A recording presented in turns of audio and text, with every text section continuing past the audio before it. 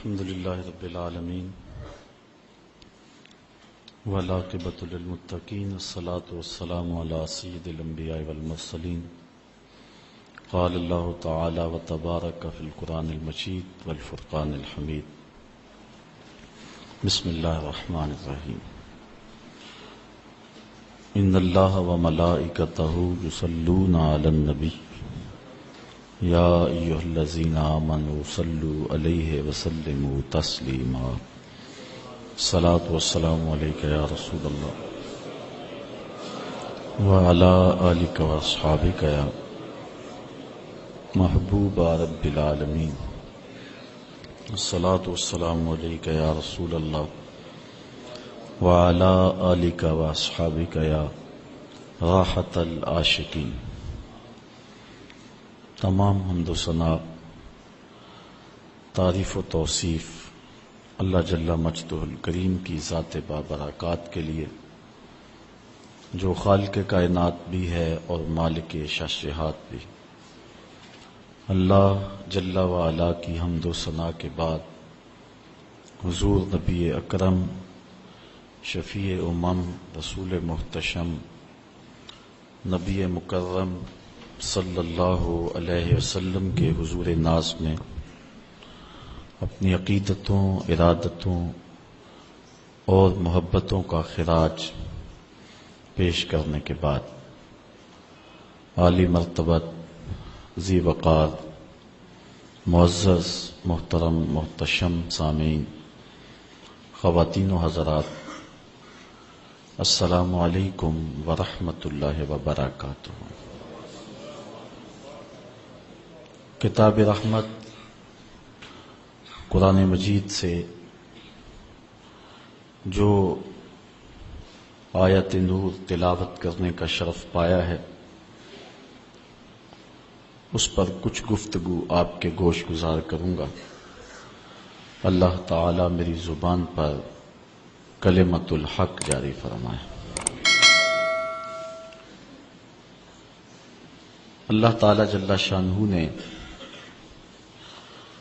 ہمیں بہت سارے کام کرنے کا حکم دیا۔ نماز، روزہ، حج، زکوٰۃ، دیگر اعمال صالحہ بجا لانے کا حکم نامہ مالک کی طرف سے ہمیں پہنچا ہے۔ کچھ امور، کچھ کام ایسے ہیں کہ ہم نہیں کر سکتے، وہ کام مالک خود کرتا ہے۔ پیدا کرنا، رزق باہم پہنچانا، حیات اور ممات، بہت سارے امور مخلوق سے سر انجام نہیں ہو سکتے، اور کچھ کام ایسے کہ جو اللہ کی شان کے لائق نہیں۔ ہمیں سجدے کا حکم دیا گیا، لیکن وہ سجدے سے پاک ہے اس لیے کہ وہ خود مسجود ہے۔ ہمیں دیگر اعمال کا حکم دیا گیا، لیکن وہ اعمال وہ خود نہیں بچا لاتا، کیونکہ وہ اعمال اس کے لیے کیے جاتے ہیں۔ لیکن ایک عمل ایسا ہے کہ وہ خود بھی کرتا ہے اور ہمیں بھی کرنے کا حکم دیا ہے۔ وہ عمل کون سا ہے؟ ارشاد ہوا، ان اللہ وملائکتہ یصلون علی النبی، بے شک اللہ جل شانہ اور اس کے فرشتے عزت والے نبی پر درود بھیجتے ہیں۔ اے ایمان والو، تم اس عظیم المرتبت نبی پر درود بھی بھیجو اور خوب سلام بھی پڑھو۔ یہ حکم نامہ ہمیں ارشاد فرمایا گیا کہ یہ وہ بابرکت اور متبرک کام ہے کہ جو تمہارے رب کا بھی عمل ہے اس کے فرشتوں کی بھی ڈیوٹی ہے، اور اس سعادت مندی سے، اس بابرکت عمل سے محبوب کے غلاموں تم محروم نہ رہ جانا، تم بھی یہ سعادتیں سمیٹو اور یہ برکتیں حاصل کرو، میرے مصطفیٰ پہ درود پڑھا کرو۔ اب درود کیا ہے؟ صلاۃ کا معنی درود کر لیا اور فارغ ہو گئے۔ درود بھی اردو کا لفظ نہیں ہے، یہ کسی اور زبان کا لفظ ہے جو اردو میں مستعمل ہے۔ تو صلاۃ کا معنی درود کیا، تو درود کا معنی کیا ہے؟ تو ہمیں صلاۃ کے معنی ڈھونڈنے پڑیں گے کہ یہ جو حکم دیا گیا ہے اس کا مطلب کیا ہے۔ تو اسی آیت کریمہ کی تفسیر کتاب التفسیر بخاری میں دیکھیں، حضرت ابو العالیہ رضی اللہ تعالی عنہ سے مروی ہے کہ یہ جو مصطفیٰ کریم علیہ السلام پر درود پڑھنے کا حکم دیا گیا ہے، جس کو عربی میں صلاۃ اور کسی دوسری زبان میں درود سے تعبیر کرتے ہیں، اس کا مطلب کیا ہے، اس کا مفہوم کیا ہے؟ تو حضرت امام بخاری رضی اللہ تعالی عنہ نے اس کو حضرت ابو العالیہ رضی اللہ تعالی عنہ سے روایت کیا ہے۔ فَهِيَ مِنْهُ عَزَّ وَجَلَّ ثَنَاؤُهُ عَلَيْهِ عِنْدَ الْمَلَائِكَةِ وَتَعْظِيمُهُ، کہتے ہیں کہ صلاۃ کا یعنی درود کا مطلب جب اللہ کی طرف نسبت کر کے معنی کریں گے تو اس کا مطلب اور مفہوم یہ ہوگا کہ اللہ تعالی فرشتوں کی مجمع میں محبوب کی ثنا کرتا ہے، محبوب کی تعریف فرماتا ہے۔ ثناؤہ علیہ عند الملائکہ وتعظیمہ، اور محبوب کی عظمت کو بیان کرتا ہے۔ تو ہر وہ عمل جس سے حضور علیہ السلام کی عظمت کو بیان کرنا مقصود ہو، ہر وہ کام جس سے حضور کی ثنا کرنا مقصود ہو، یہ صلاۃ کے درود کے زمرے میں آئے گا۔ حضرت علامہ محمود آلوسی شکری بغدادی علیہ رحمہ تفسیر روح المعانی میں صلاۃ کا مفہوم بیان کرتے ہوئے ارشاد کرتے ہیں، وَتَعْظِيمُهُ إِيَّاهُ فِي الدُّنْيَا بِإِعْلَاءِ ذِكْرِهِ وَإِظْهَارِ دِينِهِ وَإِبْقَاءِ الْعَمَلِ بِشَرِيعَتِهِ وَفِي الْآخِرَةِ بِتَشْفِيعِهِ فِي أُمَّتِهِ، کہتے ہیں اس کا مفہوم یہ ہے کہ دنیا کے اندر حضور علیہ السلام کی عظمت کو بیان کیا جائے اس انداز سے کہ حضور کے ذکر کو بلند کیا جائے اور حضور کے دین کے ظہور و غلبے کے لیے کوشش کی جائے، وَإِبْقَاءِ الْعَمَلِ بِشَرِيعَتِهِ، اور حضور کی شریعت پر عمل کا دوام کیا جائے، وَفِي الْآخِرَةِ بِتَشْفِيعِهِ فِي أُمَّتِهِ، اور آخرت کے اندر اس کا مفہوم یہ ہے کہ حضور علیہ الصلاۃ والسلام شفاعت کے بازو کھولیں گے اور امت کو بخشوا لیں گے۔ یہ مفہوم حضرت علامہ محمود آلوسی بغدادی علیہ رحمہ بیان فرماتے ہیں۔ پہلا مفہوم میں نے حدیث سے بیان کیا، دوسرا مفسر کی رائے ہے، تیسرا لغت کا امام اس آیت کریمہ کی تشریح کیا کرتا ہے۔ حضرت ابن منظور افریقی علیہ رحمہ لسان العرب میں، جو کہ لغت کی معتبر کتاب ہے، صلاۃ کے مفہوم میں لکھتے ہیں، فَمَانَاهُ، اس کا معنی یہ ہے، عَظِّمْهُ فِي الدُّنْيَا، جب ہم اللہ کی بارگاہ میں عرض کرتے ہیں اللہم صلی علی سیدنا محمد، تو اس کا مفہوم کیا، اس کا معنی کیا بنتا ہے؟ تو فرماتے ہیں فَمَانَاهُ، اس کا معنی یہ ہے، عَظِّمْهُ فِي الدُّنْيَا، اے اللہ دنیا کے اندر محبوب کی عظمت کو اور بلند کر دے۔ کیسے بلند کر دے؟ بے اعلاء ذکر ہی، کہ محبوب کے ذکر کو علو اور مرتبت اور شان و شوکت عطا کر دے، وَإِظْهَارِ دَعْوَتِهِ، اور حضور کی دعوت کو پھیلا دے اور پوری دنیا پہ غالب کر دے، وَإِبْقَاءِ شَرِيعَتِهِ، اور حضور کی شریعت کو دوام بخش دے، وفی الآخرۃ بتشفیعہ فی امتہ، اور آخرت کے اندر اس کا وہی مفہوم جو علامہ آلوسی بغدادی نے کیا کہ حضور علیہ الصلوۃ والسلام کو جو حق کی شفاعت دیا جائے گا، اس کے لیے اللہ سے دعا مانگنا۔ اور حضور نے خود ارشاد فرمایا کہ میرے لیے وسیلے کی دعا مانگو۔ یہ جو ہم اذان کے بعد دعا مانگتے ہیں کہ اے اللہ ہمارے آقا و مولا کو مقام وسیلہ عطا فرما، اور حضور علیہ السلام کے لیے یہ دعا مانگنا ہے، اور حضور مقام محمود پہ جلوہ فروز ہوں گے، اور وہاں حضور کو خاص کلمات دیے جائیں گے جو اس سے قبل نہ کسی نے بولے ہیں نہ اس کے بعد کوئی استعمال کرے گا۔ وہ حضور کو القاء کیے جائیں گے، اور ان خاص لفظوں سے حضور اللہ کی تعریف فرمائیں گے، اللہ کی حمد بولیں گے، اور اس حمد کے صلے میں اللہ تعالیٰ محبوب سے فرمائے گا محبوب مانگتا ہے جو میں تجھے عطا کرتا ہوں۔ تو حضور کیا مانگیں گے؟ خود فرمایا کہ ہر نبی کو اللہ نے دعا کا کوٹا دیا ہے، اس نے وہ دعا دنیا پر ہی مانگ لی، لیکن میں نے اپنی دعا کو آخرت کے لیے بچا کے رکھا ہے، اور وہ کیا ہے کہ میں گناہ گاروں کی شفاعت کے لیے اللہ کے حضور عرض کروں گا۔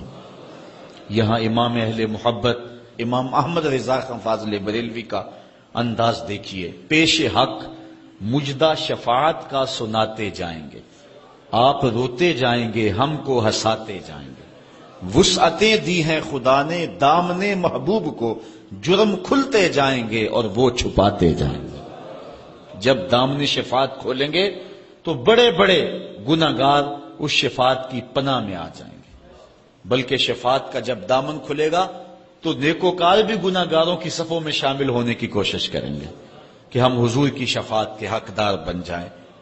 وہ کسی نے کسی موقع پہ اپنے ذوق میں اور اپنی لے میں پڑھا کہ وہ اپنا مقدمہ کیسے ہار سکتا ہے جس کے حضور وکیل ہوں، تو لوگوں نے داد دی، میں بھی اس مجمع میں بیٹھا تھا، بہت پرانی بات ہے، تو میں نے اس زمانے میں اس کو ٹوک دیا، روک دیا، میں نے کہا نہ یوں نہ کہو، حضور ہمارے وکیل ہیں، لیکن وکیل نگہبان کے معنی میں، لیکن تم بات مقدمے کی کر رہے ہو، مقدمے والے وکیل ایڈوکیٹ کے معنی میں نہیں ہے، چونکہ جو وکیل ہوتا ہے وہ جج کو کہتا ہے صاحب میرے موکل نے یہ جرم نہیں کیا لہذا چھوڑ دیں، اگر جرم ثابت ہو جائے تو پھر سزا پکی ہوتی ہے، تو جو وکیل ہوتا ہے وہ یہ ثابت کرتا ہے کہ میرے موکل نے جرم نہیں کیا لہذا چھوڑا جائے۔ حضور ہمارے وکیل نہیں ہیں، ہمارے شفیع ہیں۔ وکیل کہتا ہے جرم نہیں کیا چھوڑ دے، اور شفیع کہتا ہے سب کچھ کیا ہے میرا آنا دیکھ لے۔ حضور وکالت نہیں فرمائیں گے، حضور شفاعت فرمائیں گے، اور حضور کی شفاعت سے بڑے بڑے گناہ گاروں کو نجات ملے گی۔ شفاعتی لأہل الکبائر من امتی، حضور فرماتے ہیں کہ میں امت کے بڑے بڑے گناہ گاروں کی سفارش کروں گا۔ تو یہ حضور علیہ السلام کو حق دیا جائے گا آخرت کے میدان میں، اور آقا کریم علیہ الصلوۃ والسلام سجدے میں سر رکھیں گے۔ بخاری شریف میں حدیث شفاعت اٹھائیں، ایک بار نہیں 4 بار سر رکھیں گے، اور ہر بار رب کہے گا کہ مالک سر انور تو اٹھاؤ، جو کہو وہ مان لیں گے، جس کی سفارش کرو گے وہ قبول کر لیں گے، اور پھر حضور سفارش کرتے چلے جائیں گے اور امت کو بخشواتے چلے جائیں گے۔ فرمایا اوتیت الشفاعہ، مجھے شفاعت دی گئی، اور ہر نبی کو ایک دعوی مستجابہ، قبول ہونے والی دعا زندگی میں عطا کی گئی، دعا کا خصوصی کوٹا دیا گیا، ہر نبی نے وہ دعا کا حق دنیا پہ استعمال کر لیا، لیکن فرمایا کہ غلاموں میں نے وہ دعا تمہارے لیے بچا کے رکھی ہوئی، یہاں فاقے کاٹ لے، تکلیفیں کاٹ لی، دکھ برداشت کر لیے، اذیتیں تکلیفیں کیا کچھ نہیں تھا جو حضور علیہ الصلوۃ والسلام نے برداشت نہیں کیا، لیکن وہ شفاعت کے لیے حضور قیامت کے دن بازو رحمت کھولیں گے تو پھر گناہ گاروں کی نجات کی ضمانت ہوگی۔ تو حضرت علامہ ابن منظور افریقی علیہ رحمہ فرماتے ہیں کہ یہ مفہوم ہے صلاۃ کا، جب درود کی نسبت اللہ تعالیٰ کی طرف ہو تو اس کا مفہوم ہوتا ہے نزول رحمت، اللہ تعالیٰ جل شانہ اپنے محبوب پر مزید رحمتوں کا نزول فرماتا ہے، جس سے حضور کے درجے بلند ہوتے ہیں اور حضور کی عظمت میں اور اضافے ہوتے ہیں۔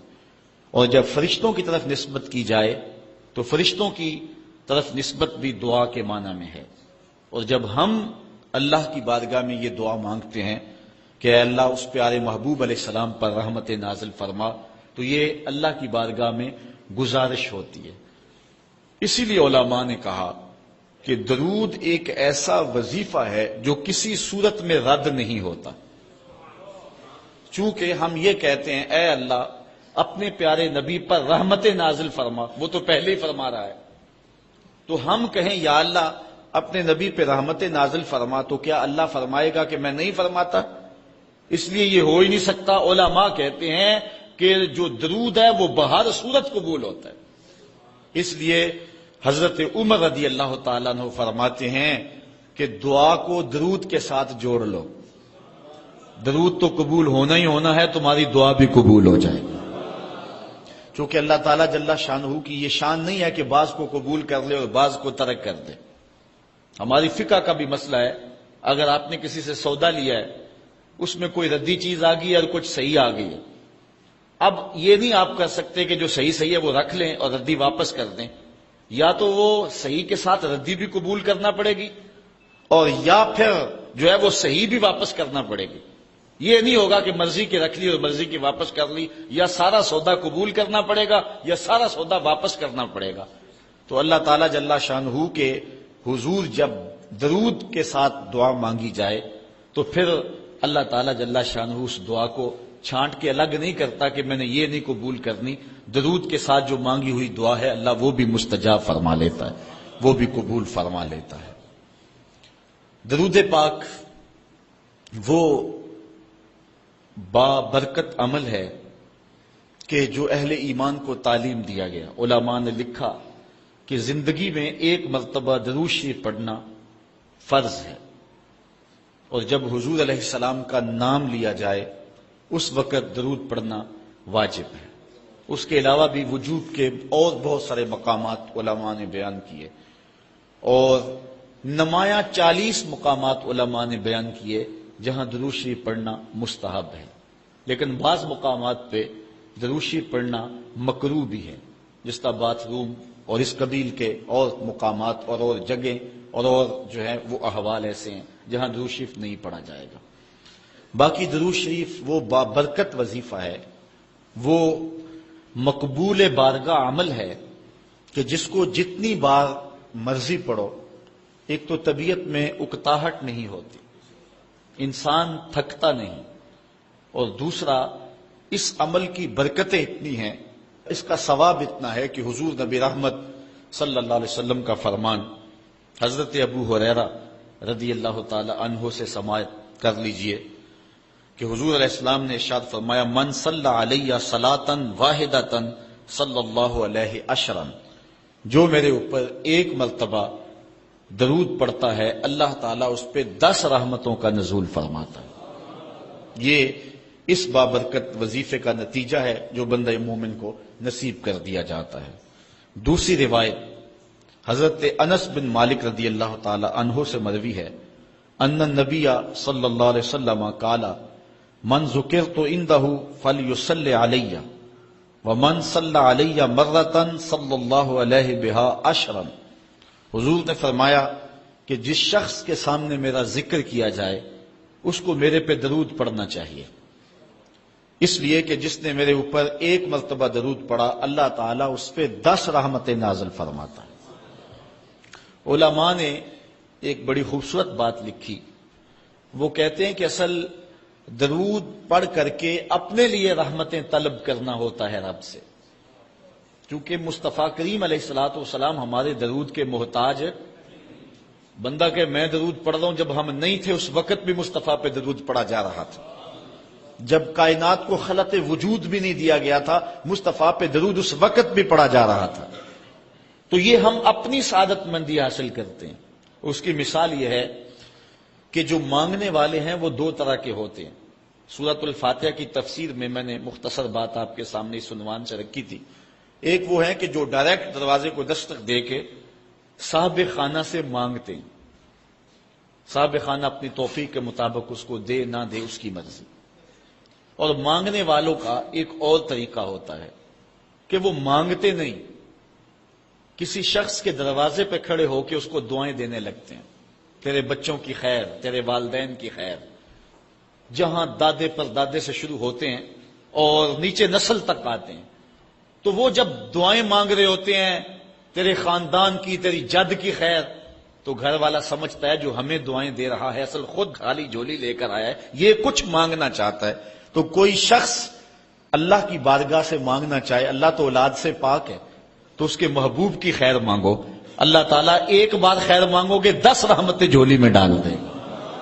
تو یہ مانگنے کا ایک مہذب طریقہ ہے جو اہل ایمان مانگتے ہیں۔ اس لیے اگر سارے وظیفے چھوڑ کے صرف درود پڑھا جائے تو یہ کیسا عمل ہے۔ حضرت ابی بن کعب رضی اللہ تعالیٰ عنہ سے مروی روایت ابھی آ رہی ہے، آپ دیکھیں گے کہ یہ کتنا بابرکت وظیفہ ہے جس کی تعلیم حضور ارشاد فرما رہے ہیں۔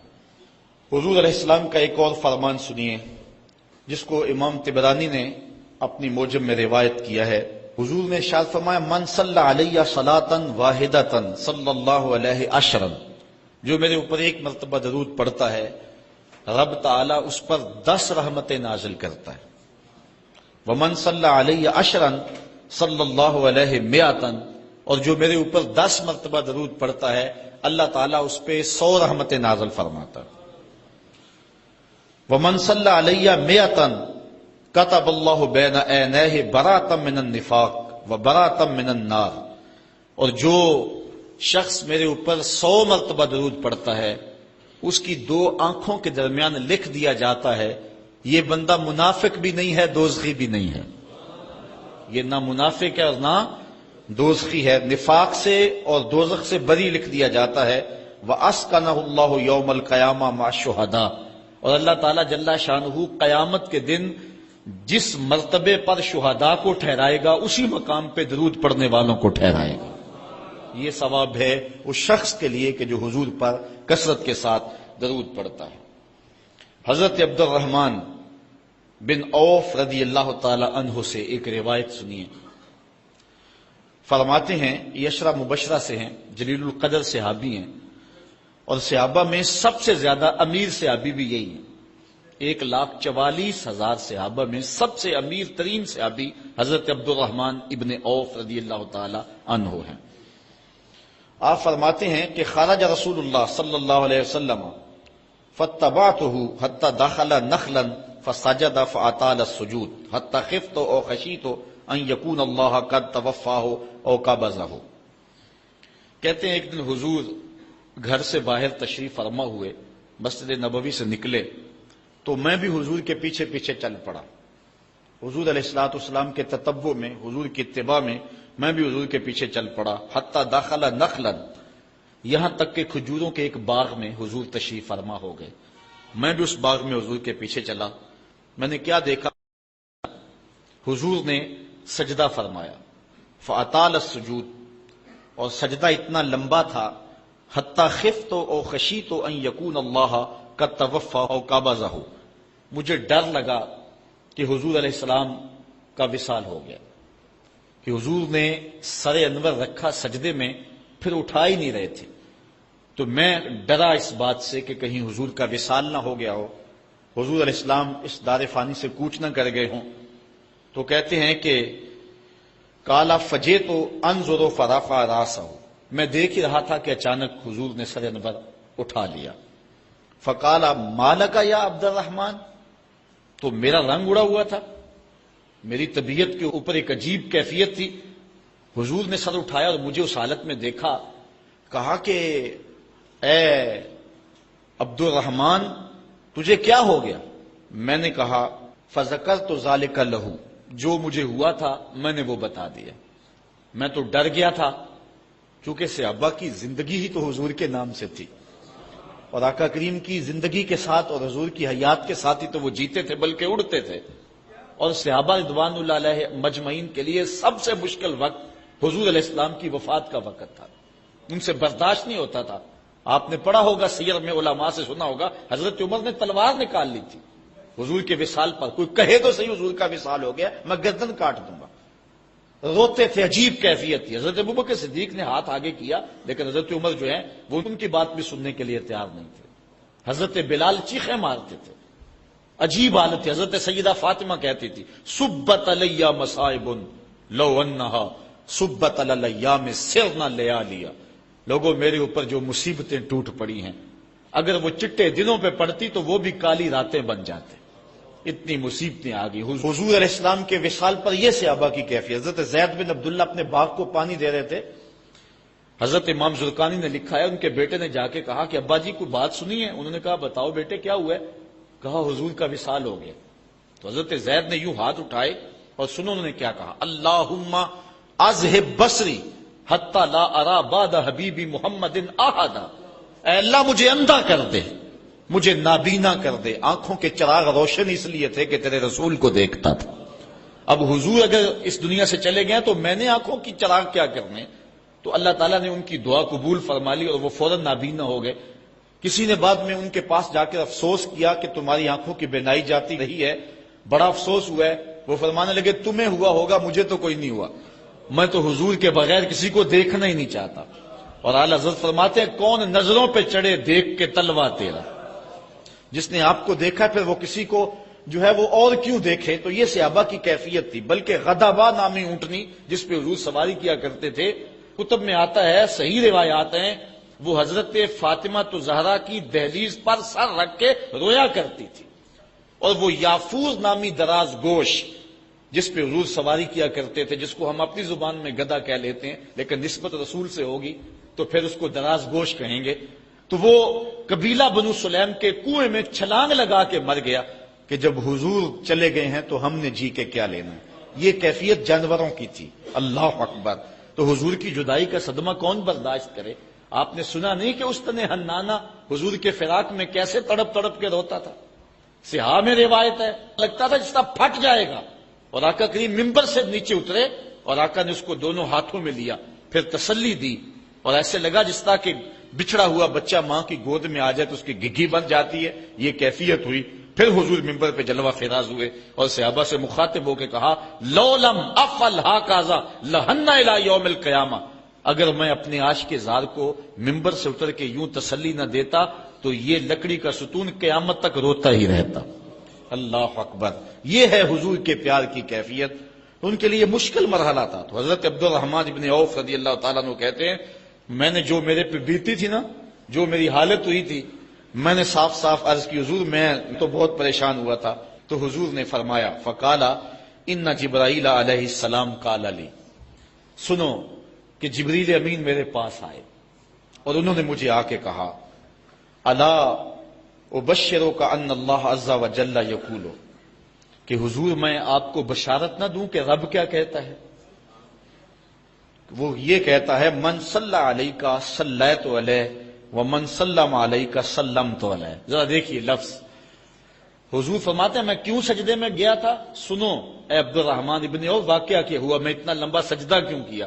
کہا میرے پاس جبریل آئے اور جبریل نے مجھے رب کا سندیشہ دیا، پیغام دیا کہ محبوب آپ کا رب کہتا ہے کہ آپ کا جو امتی آپ پہ درود پڑے گا میں رب ہو کے اس پہ درود پڑھوں گا، اور جو آپ کا امتی آپ کو سلام کہے گا میں رب ہو کے اس کو سلام کروں گا۔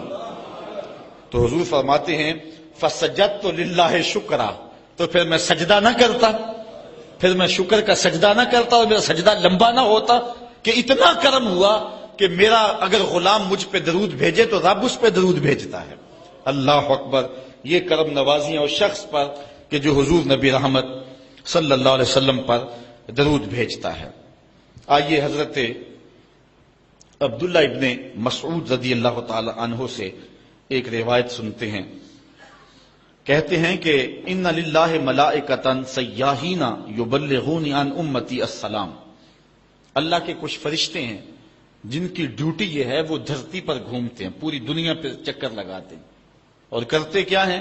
جہاں جہاں بھی کوئی شخص میرے اوپر سلام بھیجے تو وہ اس امتی کا سلام میرے تک پہنچاتے ہیں کہ حضور آپ کے فلاں امتی نے آپ تک جو ہے وہ سلام بھیجا ہے۔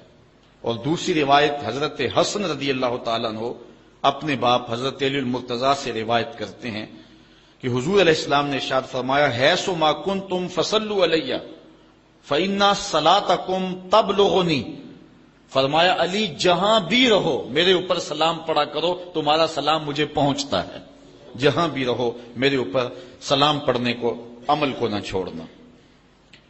قیامت کے دن حضور علیہ السلام کی سب سے زیادہ قربت کس شخص کو نصیب ہوگی؟ تو وہ روایت ہے حضرت عبداللہ ابن مسعود رضی اللہ تعالی عنہ سے کہ حضور نے فرمایا ان اول الناس بی یوم القیامہ اکثرہم علی صلاۃ، قیامت کے دن میرا سب سے زیادہ قریبی شخص وہ ہوگا کہ جو میرے اوپر کثرت کے ساتھ درود پڑا کرتا ہے۔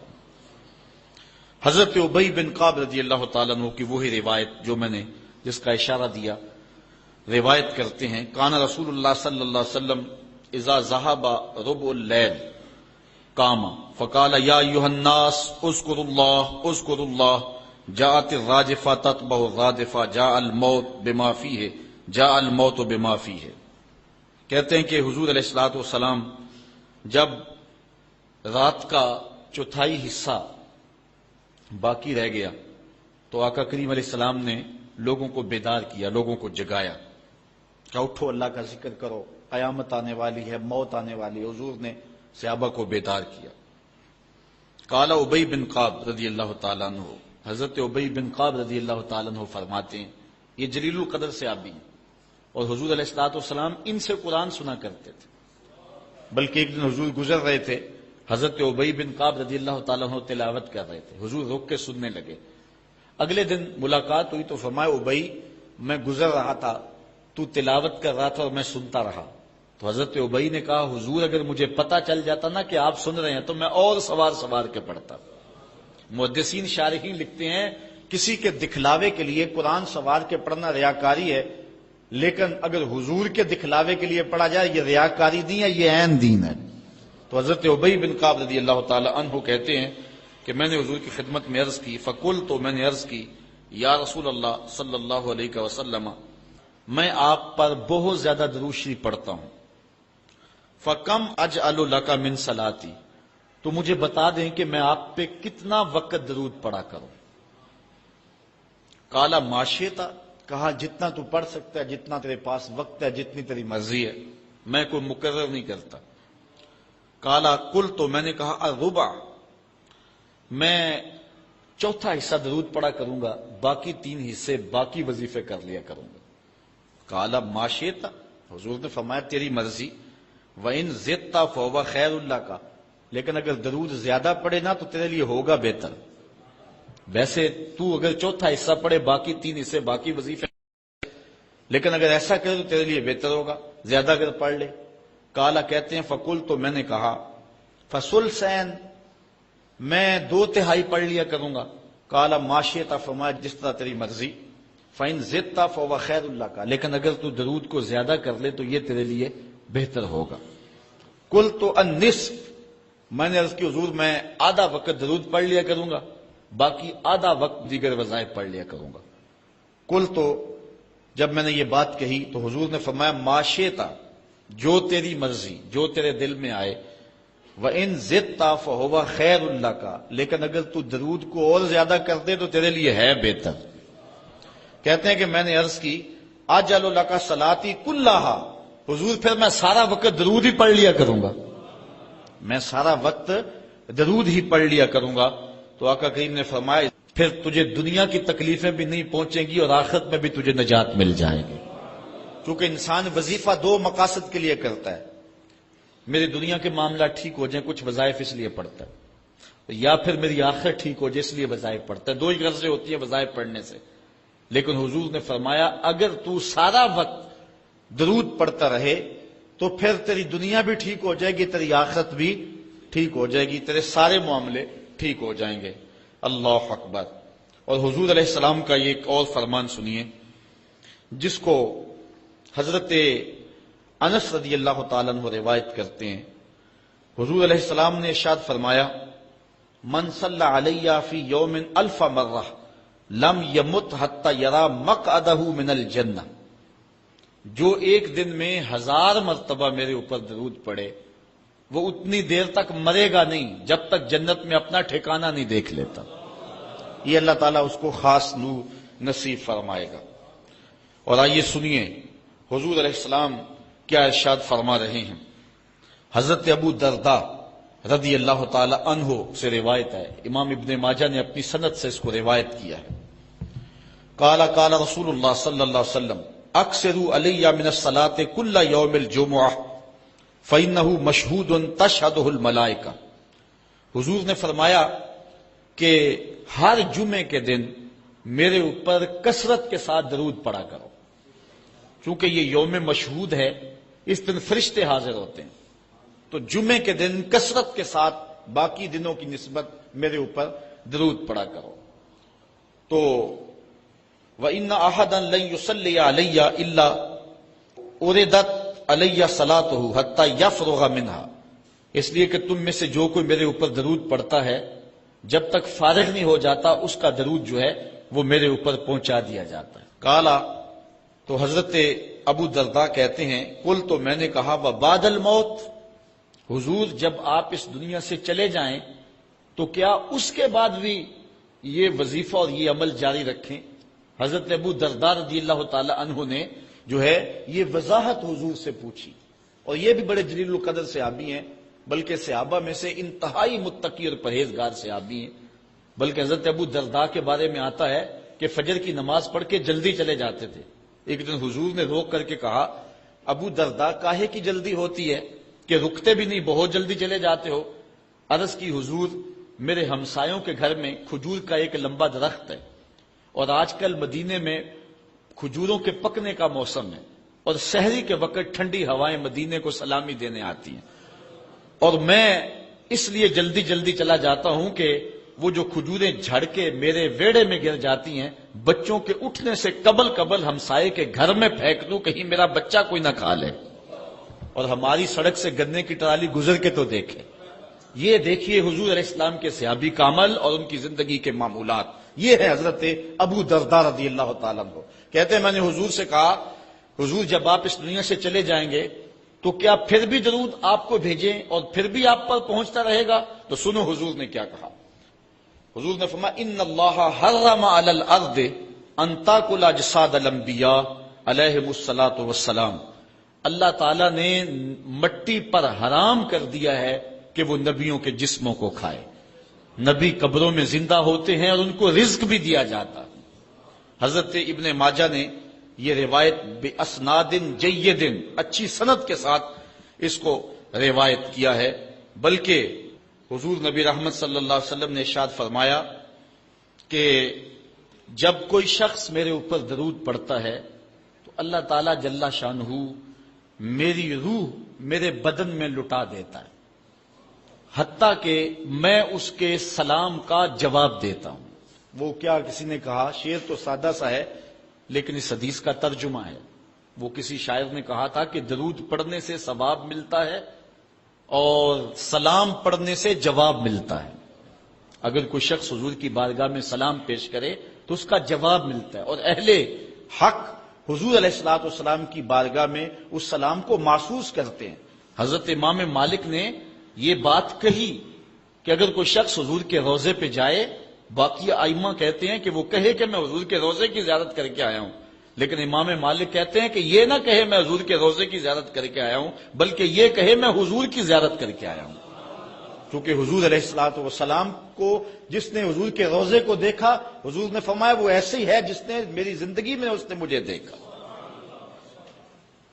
حضرت شیخ سید احمد کبیر الرفائی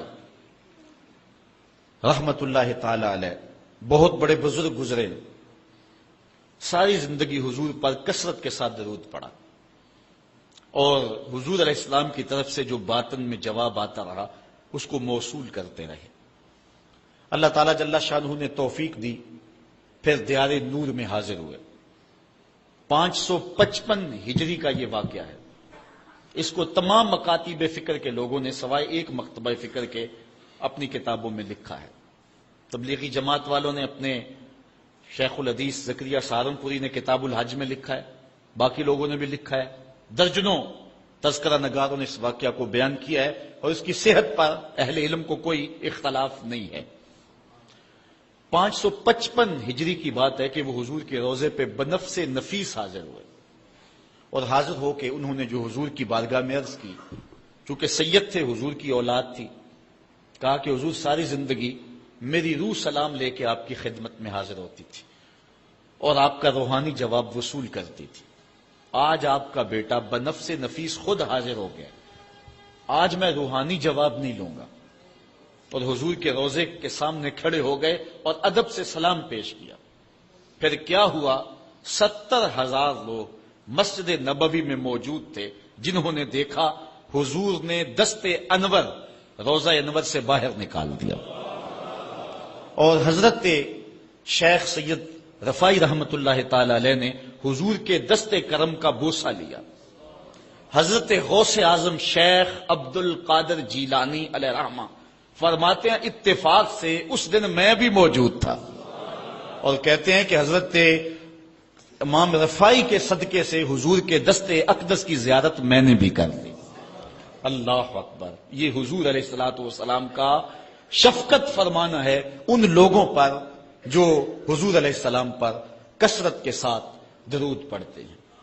جن لوگوں نے حضور علیہ السلام کے اوپر درود پڑھنا معمول بنایا ہے، یہ موضوع اپنے دامن میں بڑی وسعت رکھتا ہے، ان پر بڑے بڑے کرم ہوئے۔ آج کا جو عنوان ہے صلو علیہ وآلہ، یہ شیخ سعدی کی مارکۃ الآراء ایک ربائی کا آخری مصرع ہے، اور متواتر صدری روایات کے مطابق حضرت شیخ سعدی شیرازی چونکہ بہت بڑے شاعر تھے اور قادر الکلام شاعر تھے، آج صدیاں گزرنے کے بعد بھی آپ کی گلستہ اور بوستہ اور کریمہ آج بھی اسی طرح مقبول ہے جس طرح صدیوں قبل تھی۔ ورنہ کسی زمانے میں فردوسی کا شاہ نامہ پڑھا جاتا تھا، لیکن آج دنیا کو اور نئی نسل کو فردوسی کے شاہ نامے کا پتہ بھی نہیں ہے۔ لیکن کوئی بھی فارسی مذاق رکھنے والا ہو وہ شیخ سعدی سے ناآشنا نہیں ہو سکتا۔ ان کو جو مقبولیت تامہ ملی ہے، ایسے قادر الکلام شاعر کہ جس عنوان پر بھی آتے حد کرتے چلے جاتے۔ حضرت شیخ سعدی شیرازی اگر حضور کی مدح میں قلم اٹھاتے ہیں تو ان کا اسلوب بڑا خوبصورت ہے۔ کریم السجایا جمیل الشیم نبی البرایا شفیع الامم، زباں تا بود در دہاں جائے گیر ثنائے محمد بود دل پذیر، حبیب خدا اشرف انبیاء۔ اگر لکھتے ہیں تو حد کرتے چلے جاتے۔ اب انہوں نے حضور کا قصیدہ لکھنا شروع کیا، اور کیا لکھتے ہیں؟ بلغ العلا بکمالہ۔ اس کا معنی ہے کہ آپ اپنے کمال کی وجہ سے بلندیوں تک پہنچے۔ کشف الدجی بجمالہ، اور آپ کے چراغ حسن نے اندھیروں کو دور کر دیا۔ حسنت جمیع خصالہ، اور آپ کی ساری خوبیاں با کمال ہیں۔ ربائی کو ربائی اس لیے کہتے ہیں کہ وہ 4 اشعار پر مشتمل ہوتی ہے۔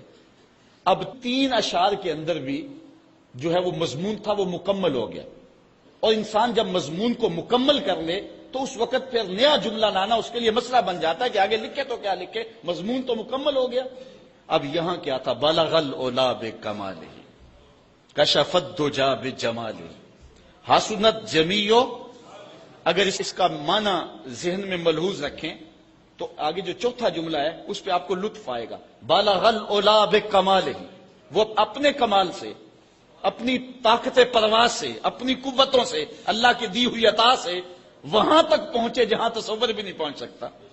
کشف الدجی بجمالہ، ان کے جمال نے کائنات میں اجالے پھیلا دیے، روشنیاں کر دی، اندھیرے چھٹ گئے۔ پھر آخر میں حسنت جمیع خصالہ، کیا بتائیں، ان کی ہر خوبی، ہر خو و خصلت ہی اچھی ہے۔ اب بات تو مکمل ہو گئی، لیکن ربائی چاہتے تھے۔ شیخ سعدی پریشان ہے، اسی پریشانی میں نیند آ گئی، سوئے تو حضور کا دیدار ہوا۔ فرمایا سعدی آگے کہتے کیوں نہیں ہو؟ صلو علیہ وآلہ، صلو علیہ وآلہ۔ اور بنتا ہی یہ ہے، میں اصل خود بھی شاعری سے تعلق رکھتا ہوں، کسی زمانے میں کچھ لکھا بھی ہے، لیکن یہاں تھوڑا سا میں آپ کو اپنے ساتھ اس لیے سفر کروا رہا ہوں کہ آپ اقبال کے دیس کے باسی ہیں، اس لیے آپ سے ایسی باتیں میں کر لیتا ہوں، ورنہ بعض کا یہ ایسی باتیں نہیں چھیڑتی، یہ مشکل ہوتی ہیں، لیکن آپ لوگوں کے خمیر اور مزاج کے اندر جو ہے یہ لذت اور یہ چاشنی موجود ہے۔ اب ذرا توجہ کیجئے، بلغ العلا بکمالہ، وہ بلندیوں پر پہنچ گئے۔ کشف الدجی بجمالہ، اپنے جمال سے اندھیرے چھٹا دیے، دور کر دیے۔ حسنت جمیع خصالہ، کیا بتائیں، ان کی ہر خوبی ہی با کمال ہے۔ تو جب ہر خوبی با کمال ہے تو پھر جی نہیں چاہتا کہ پڑھو صلو علیہ وآلہ، یعنی پھر دل اچھلتا ہے، روح پکارتی ہے، جو اتنی خوبیوں کا منبع و مصدر ہے، اتنے کمالات کا جامع ہے، جس کے دم سے اندھیرے چھٹ گئے، جس کے دم سے کائنات میں اجالے پھیل گئے، تو پھر کیوں جی نہیں چاہتا کہ اس نبی پر درود پڑھا جائے؟ صلو علیہ وآلہ، آؤ اس نبی پہ درود پڑھو، اس نبی پہ سلام پڑھو، اس نبی پہ بھی درود پڑھو، اس کی آل پہ بھی درود پڑھو۔ بلغ العلا بکمالہ کشف الدجی بجمالہ حسنت جمیع خصالہ صلوا علیہ وآلہ۔ میں درود شریف کے عنوان سے اپنی گفتگو کو ختم کروں اور امام بوصیری کا ذکر نہ کروں تو یہ ناانصافی ہوگی۔ حضرت امام بوصیری فالج زدہ ہیں، ساری زندگی بادشاہوں کے قصیدے لکھے ہیں، ساری زندگی بادشاہوں کی کہانیاں بیان کی ہیں، ان سے اعزازات پائے ہیں، تکریمات پائی ہیں، لیکن عمر کا آخری حصہ آیا، جسم فالج زدہ ہو گیا، سارے چھوڑ گئے۔ تنہائی، بیماری اور غربت، یہ تین چیزیں اگر اکٹھی ہو جائیں تو ان کو کاٹنا بڑی قیامت ہوتی ہے۔ تنہائی، غربت اور بیماری، یہ تینوں اکٹھی آ گئی حضرت امام بوصیری پہ۔ صحت مند کے سارے گاہک ہوتے ہیں، بیمار پڑ گئے تو کوئی پوچھتا ہی نہیں ہے۔ ایک دن خیال آیا، ساری زندگی شہنشاہوں کے قصیدے لکھے، آج اس کا قصیدہ نہ لکھوں جو کائنات کا دولہ ہے۔ اللہ اکبر، قلم پکڑا، پھر حضور کا قصیدہ لکھا۔ یہ قصیدہ بردہ شریف مکمل کیا۔ رات ہوئی، حضرت امام بوصیری سوئے، آقا کریم علیہ السلام تشریف لائے، اور یہ بات ذہن میں رکھیں، حضور نے ارشاد فرمایا من رآنی فی المنام فقد رآنی فإن الشیطان لا یتمثل بی۔ یہ ابن ماجہ میں 6 طرق سے روایت مروی ہے، ویسے بخاری دیگر کتابوں میں بھی ہے، لیکن ابن ماجہ حجم کے اعتبار سے چھوٹی کتاب ہے، اس میں بھی 6 مرتبہ یہ روایت ہے، باقیوں میں تو بہت مرتبہ یہ روایت آئی ہے۔ ابن ماجہ میں 6 طرق سے یہ روایت ہے۔ حضور نے فرمایا جس نے مجھے خواب میں دیکھا اس نے مجھے ہی دیکھا، شیطان خواب میں آ کر بھی میری مثل ہونے کا دعویٰ نہیں کر سکتا۔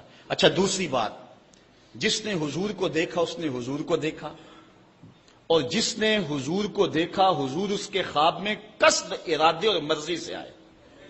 میں کسی کے خواب میں جاؤں، آپ کسی کے خواب میں آئیں، نہ آپ کو پتا ہوتا ہے نہ مجھے پتا ہوتا، مجلس سجی ہے، میں گفتگو کر رہا ہوں، اٹھ کے آپ چلے جائیں گے، جا کے سو جائیں، میں خواب میں دوبارہ گفتگو کرتا ہوا پایا جاؤں، مجھے آپ اٹھ کے فون کرے جناب آج خواب میں آئے تھے، تو مجھے تو نہیں پتا ہوگا، یا آپ کو میں دیکھ لوں دوبارہ تو آپ کو علم نہیں ہوگا، لیکن حضور جس کے خواب میں جائیں قصد، ارادے اور مرضی سے جاتے ہیں۔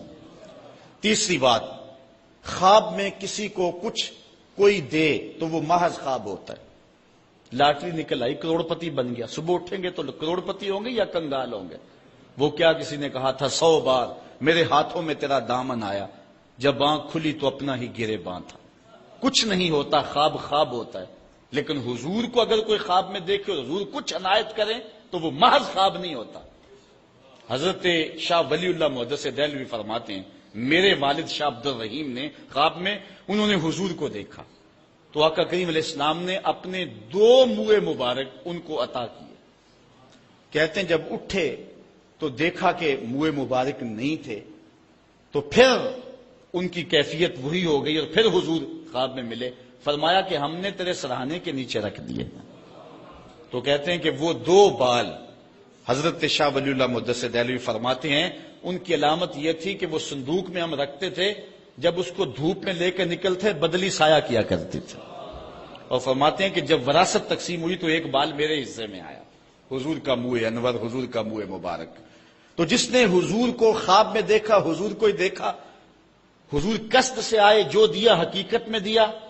اور چوتھی بات، وہ بخاری کی روایت ہے، حضور فرمایا من رآنی فی المنام فسیرانی فی الیقظہ، جس نے مجھے خواب میں دیکھا ان قریب جاگتے بھی دیکھ لے گا۔ شارحین لکھتے ہیں ساری زندگی نہ دیکھ سکا، جب روح نکل رہی ہوگی رخ محبوب سامنے ہوگا، اور اگر اس وقت حضور کا دیدار ہو جائے تو چاہیے بھی کیا، سوکھا نکلے سا ظہوری جے ویخ لواں مکھ تیرا، اگر اس وقت حضور کا دیدار ہو جائے تو اور کیا چاہیے۔ تو حضرت امام بوصیری کہتے ہیں کہ میں سویا مقدر جاگا، حضور تشریف لائے، فرمایا بوصیری جو قصیدہ لکھا ہے وہ سناؤ تو صحیح۔ تو انہوں نے وہ مشہور قصیدہ مولا یصلی وسلم دائما ابدا، وہ قصیدہ حضور کی خدمت میں پیش کیا۔ تو آقا کریم علیہ السلام نے اپنا دست شفا ان کے بدن پہ پھیرا، اور حضور نے اپنی چادر اتار کر کے حضرت امام بوصیری کو دے دی۔ بردہ عربی میں کہتے ہیں جو ہے وہ چادر کو، اسی لیے اس قصیدے کو قصیدہ بردہ کہتے ہیں، وہ قصیدہ جس کی جزا میں چادر عنایت ہوئی تھی۔ حضرت امام بوصیری جب اٹھے تو بالکل ٹھیک تھے، چادر اوڑی اور مسجد میں نماز پڑھنے کے لیے جا رہے ہیں۔ راستے میں ایک درویش کھڑا تھا، کہا بوصیری رات والا قصیدہ تو سناؤ جو تم نے لکھا ہے۔ حضرت بوصیری کہتے ہیں میں نے لکھا تھا اور کسی کو پتا نہیں تھا۔ میں نے کہا کون سا قصیدہ؟ کہنے لگے بھولے نہ بنو جو حضور کو سنایا تھا۔ کہنے لگے کہ میں نے کہا کہ تجھے کیسے پتا ہے؟ کہا بتاؤں یہ چادر کون سی ہے؟ اللہ اکبر! تو امام بوصیری رحمت اللہ تعالی علیہ نے حضور علیہ السلام پر یہ درود لکھا، مولا یصلی وسلم دائماً ابدا، اور یہ جزا پائی۔ حضرت سید محمد بن سلیمان رحمت اللہ تعالی علیہ ایک بزرگ گزرے ہیں، یہ 708 ہجری میں پیدا ہوئے تھے۔ کہتے ہیں کہ میں ایک دن کسی بستی سے گزر رہا تھا اور وہاں ایک کنواں تھا، اس کا پانی تھوڑا سا نیچے تھا اور میرے پاس کوئی چیز نہیں تھی جس سے میں ڈول ڈال کر کے وہ پانی نکال سکوں۔ میں متحیر کھڑا تھا، ساتھ ہی ایک شکستہ سا کچا سا مکان تھا، اس مکان کے اوپر ایک چھوٹی عمر کی لڑکی کھڑی تھی۔ مجھے کہنے لگی کہ آپ پریشان ہیں؟ میں نے کہا ہاں بیٹے، مجھے پریشانی یہ ہے کہ میں نے وضو کرنا ہے اور نماز پڑھنی ہے اور وقت جا رہا ہے اور یہ پانی بہت نیچے ہے، اگر تم کچھ میری مدد کر سکتی ہو تو ضرور کرو۔ وہ چھت سے نیچے آئی اور اس نے آ کے اپنا لعاب اس کنویں میں پھینکا۔ حضرت شیخ سید محمد بن سلیمان فرماتے ہیں کہ میں نے دیکھا کہ یکا یک کنویں کا پانی اچھل کے کناروں تک آ گیا اور بہنے لگا۔ میں نے جلدی سے وضو کیا اور پھر میں نے اس لڑکی کو کہا میں تجھے اللہ کا واسطہ دیتا ہوں، تو مجھے بتا کہ تیرے پاس ہے کیا کہ تیرے لب کے ڈالنے سے یہ پانی اچھل کے اوپر آ گیا؟ تو اس لڑکی نے مجھے کہا کہ یہ جو مرتبہ مجھے ملا ہے بکثرت الصلاۃ علی من کان اذا مشى فی البر تعلقت الوحوش باذیالہ، یہ مرتبہ میں اس پر درود پڑھ کے حاصل کیا ہے جب وہ جنگل سے گزرتے تھے تو جو جانور تھے قدموں سے لپٹ جاتے تھے، میں ان پر درود پڑھنے کی برکت سے جو ہے وہ یہ مرتبہ حاصل کیا ہے۔ تو حضرت سید محمد بن سلیمان کہتے ہیں کہ پھر میں نے ارادہ کر لیا کہ میں ساری زندگی حضور علیہ السلام پر درود پڑھتے ہوئے اور درود لکھتے ہوئے گزاروں گا۔ پھر انہوں نے مشہور زمانہ کتاب جس کو اہل علم اور اہل تصوف دلائل الخیرات کے نام سے جانتے ہیں، جس کی متعدد شروحات بھی لکھی گئی، وہ کتاب انہوں نے تصنیف کی۔ اور اس کتاب کی خصوصیت یہ ہے کہ جو شخص اس کتاب کو باقاعدگی کے ساتھ پڑھے اس کو حضور کا دیدار نصیب ہوتا ہے۔ اور اس کتاب کو پڑھنے والے، میں نے ایک روایت میں پڑھا ہے کہ جو شخص حضور علیہ السلام پر کثرت سے درود پڑھے، اللہ تعالیٰ اس درود کی برکت سے اسے تو نوازتا ہے، اس کی اولاد کو اور اس کی اولاد کی اولاد کو، یعنی اس کی نسلوں کو بھی ثواب دیتا ہے۔ تو حضرت سید محمد بن سلیمان نے یہ کتاب لکھ کر کے درود کی زمانے پر احسان کیا، اور آج تک بالخصوص علماء روم کا عمل اس کے اوپر جو ہے وہ کثرت کے ساتھ ہے۔ لیکن یہاں بھی جو ہے وہ ہمارے بر صغیر پاک و ہند میں بھی دلائل الخیرات پر لوگوں کے بہت زیادہ عمل ہے۔ میرے والد گرامی اللہ ان کی قبر پہ کروڑوں رحمت نازل فرمائے، انہوں نے 37 سال تک بلا ناغہ دلائل الخیرات کا وظیفہ کیا ہے، اور یہ جو کچھ بھی ہے وہ کیا کسی نے کہا تھا میں جو کچھ بھی ہوں ان کی توجہ کا روپ ہوں، میری زندگی تیرے پیار کا انعام ہی تو ہے۔ تو یہ سارا فیضان یہ درود شریف کا فیضان ہے جو دروس قرآن کی صورت میں آپ دیکھ رہے ہیں۔ حضرت سید محمد بن سلیمان رحمت اللہ تعالی علیہ کا پھر انتقال ہو گیا اور سوس نامی ایک بستی کے اندر ان کو دفن کر دیا گیا۔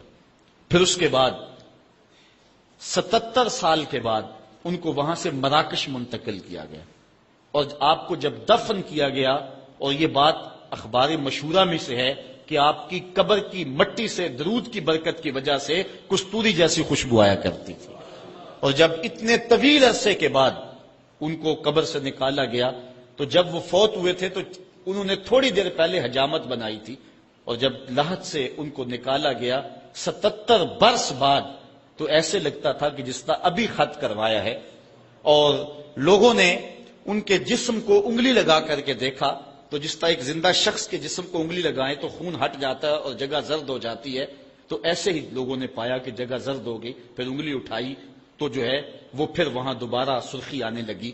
تو اس شخص نے بتایا کہ یہ دیکھو کیا ہے.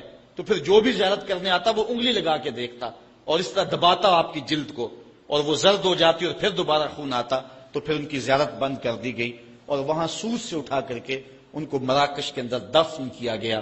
جو شخص حضور علیہ السلام پہ درود پڑھے تو اس کو حیات جاوداں مل جاتی ہے، اور صاحب درود نبی کا کمال اور مرتبہ کیا ہوگا. تو فرمایا ان اللہ وملائکتہ یصلون علی النبی یا ایھا الذین آمنوا صلوا علیہ وسلموا تسلیما.